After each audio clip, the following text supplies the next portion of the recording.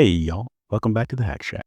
Today we've got another box from the folks at Hackerboxes. This is HackerBox 123, and the name is Matrix. Let's get this on the bench and see what we have inside here. This looks like the LIS 3DH triple axis accelerometer module. This looks like a Hub 75 Matrix IDC data cable. This looks like our USB-C cable. Here we've got a female 2x8 through-hole pin header, two 5mm 3-terminal screw blocks, and a USB-C breakout socket.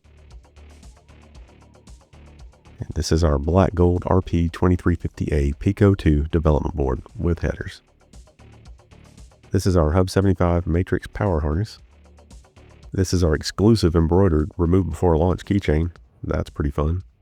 And this looks to be our Hub 75 64x32 LED matrix with 2.5mm pixel pitch. Here we've got our exclusive Hackerbox Hub 75 Matrix Pi PCB. And here we have two randomly selected stickers from the coder collection from Hackerboxes. You will get something different than what I'm showing here most likely. And last but certainly not least, we've got our Hackerbox 123 collectible reference card with Hub 75 and accelerometer pinouts on this side and our 2350 board pinouts on the other side. Before we move on, I'd like to take a moment to thank today's sponsor, PCBWay. Got a design ready? PCBWay makes it easy to bring it to life. Upload your files, pick your options, place your order. Whether you're a seasoned pro or just tinkering for fun, PCBWay delivers quality boards fast. Just like they always do, the folks from Hackerboxes have included a great set of instructions here available on Instructables. I have a link to that in the description. Even if you don't have the Hackerbox, you might find it pretty handy. Okay, the first thing the Instructable tells us to do is connect our Pico 2 up. And when we first connect it, we should see the green LED blinking. And that's a good basic first test right there. Okay, next the Instructable has a link here to the Random Nerd tutorial. We're going to look through that and we're going to get to a certain point and you're going to find the URL we can use. And we're going to copy that like this. And then we're going to go back into File and Preferences within Arduino. And then down here at the bottom on this right here, you'll see additional board manager URLs. And this is just a list of URLs you can stick in there and they just need to be comma separated. And so if you don't have the one that you copied in there, you want to add it. But if you look here, I already have that in here. That's what this one is. So I don't need to add it. But if I didn't have it in there, I'd want to hit a comma after the last one, paste that in, then hit OK, and it will do a few things. Right, so the next thing you're going to need to do is go into Board Manager within Arduino. And you can look right here. I'm just going to search for Pico. And you're going to look for the package that make sure it has the name, Phil Hauer's name in there. And that's the one you want to install. Now you can see in my case here, I already have it installed. But if I didn't, that button that says remove would say install. And you'd want to click that and it'd run through a few little things. And then when it finished, you'd have the support for that installed. And then what we got to do is we're going to go back into Arduino. And then we're going to go to Tools, Board, Raspberry Pi Pico, RP2040, and select Raspberry Pi Pico 2. And then we're going to File, Example, and look for Basics, then Blink. We're going to load that up, and you'll see what I'm doing here, and what you can do as well is goof around with these time values down here, just to make sure that you're making it blink at a different rate than the default to know that you're able to send code to the board. And then we're going to push it to the Raspberry Pi Pico. Now, one quick thing here. What I usually do with these guys is as you plug them up, actually hold down this boot button here and you'll see it show up as a UF2 board up under the place where you normally select a COM port, or you can just see what number it was assigned when you plug it up without holding down that button, like in this case 13. You can do whatever works best for you, but I found it to be a little less weird on my personal machine if I use that UF2 mode. Now in my case here, after that push to the board, I was able to verify that it worked and it was blinking, and you can see it's blinking a decent amount faster than that default blink it had when it first booted up. So I consider that a good test. All right, next we're going to get ready to assemble our Hub 75 Matrix Pi board here. I'm going to let the video footage do most of the heavy lifting here and only speak up when I think I've got a point that's worth mentioning. And here's the actual first thing I do want to mention. Keep an eye on this little small diode that's in your small bag of parts there. I almost lost this thing. So if you haven't opened yours yet, be very careful when you're opening that up and don't let your diode fly away. Now, if you do lose it, it's not the end of the world. You can just bridge across that little point, but you'll have to take into account some precautions as laid out in the Instructable. Now, one thing I like to do on small surface mount stuff like this is to go ahead and apply a little bit of solder to one of the pads. Then you'll see in a moment, I'm going to come back around and hold it in place with like a pair of tweezers, and then I'm going to heat that up and let it kind of fall into it. Then it's kind of in place, and I can calm solder the other side. Also, it may be hard to see without magnification. I had a little bit of a time myself, but there should be like a small line or marking on your diode, and you want that oriented toward the D1 marking on the board.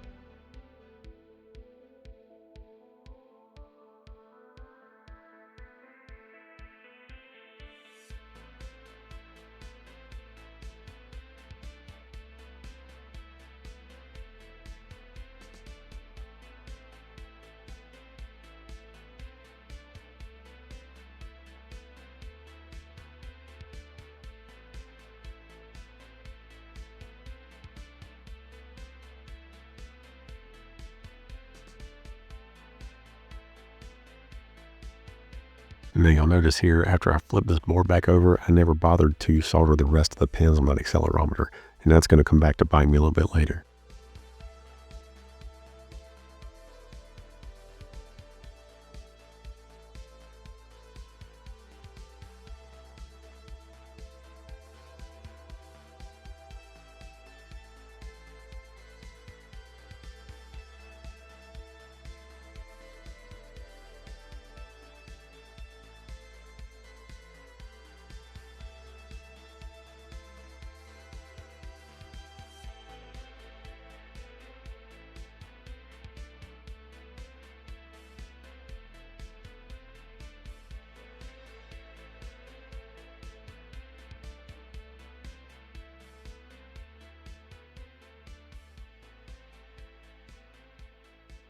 And you'll see right after I solder these, I don't like the amount of wire hanging off, so I desolder them both and shorten them down a bit and put them back on.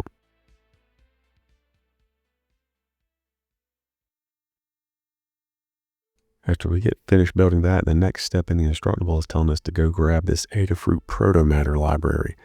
So we're going to copy that name, head back over to our Arduino and use the library manager, and I'm going to paste that in there to search for it. You can see here I already have that installed. If you didn't have that installed, that remove button would look like an install button. Next, the Instructable tells us to open up File, Example, Adafruit Protomatter, and double buffer _ scroll text. So we head back over to our Arduino and open that up as directed.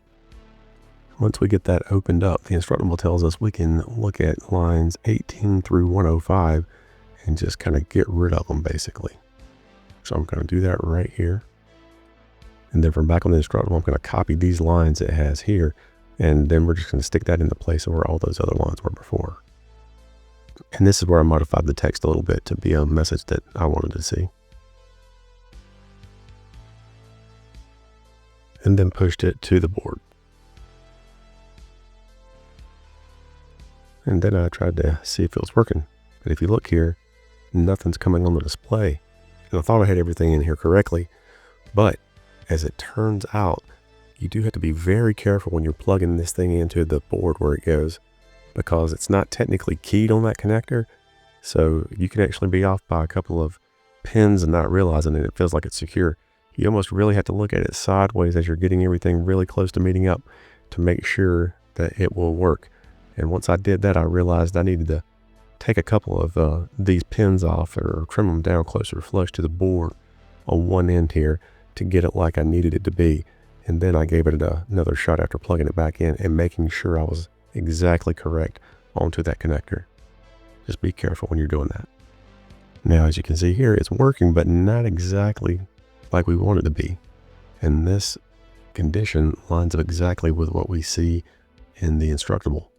There's a section of the Instructable that says if only half of the panel seems to work, it's because some of the panels are technically Hub 75E instead of Hub 75. And it gives us a couple of things we need to do here that'll make it an easy fix. And the first thing we do is go to this address pins line here. We're going to put a comma after that 20 and then add 22. And then the Instructable tells us to find this section of code, and we're going to change that or to a 5 there for address pins. And then the Instructable says to make this text Y equal 32, but that didn't quite look right to me, and I experimented with this value a lot.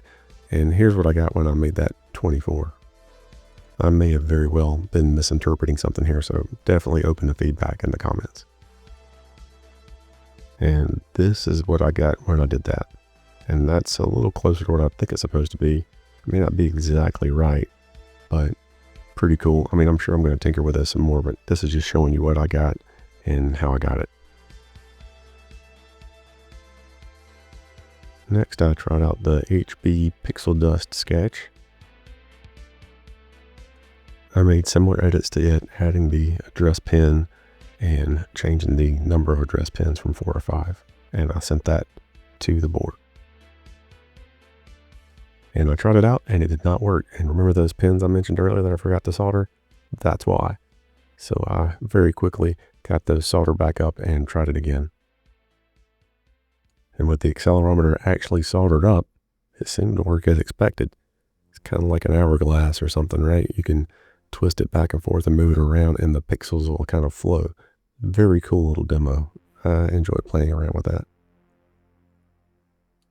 Next, I gave the Conway Life sketch a go, and I think I totally forgot to change the address line stuff for this, but as you can see, it technically didn't keep it from running or anything like that, and so that was a pretty cool demo to have.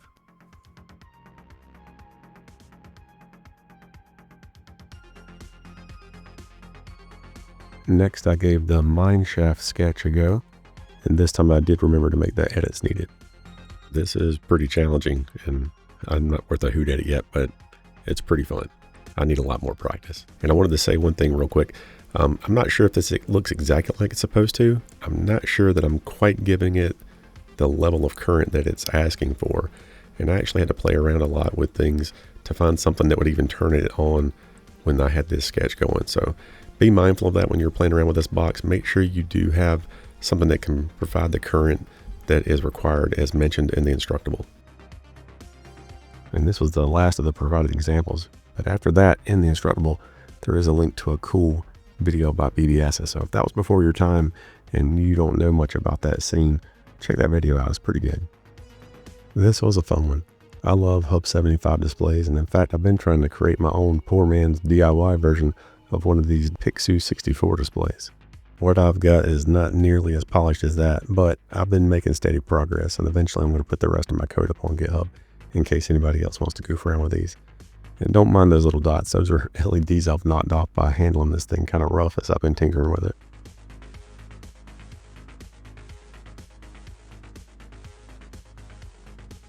It looks like we're going to have ourselves another giveaway. The nice folks at HackerBoxes have graciously offered to send a HackerBox 123 to a randomly picked commenter. We'll be picking the comment on March 14th, 2026. And remember, HackerBoxes only ships to US addresses for this giveaway. So if your comment's picked, but you don't have a US shipping address that we can use, we'll need to pick someone else. Good luck. At the time of this recording, there are still HackerBox 123s in stock. If you don't win the giveaway and want to get one, check them out. Or go ahead and subscribe. Hey, if you made it this far, thanks for watching. Hope to see you again next time. Take care. Bye-bye.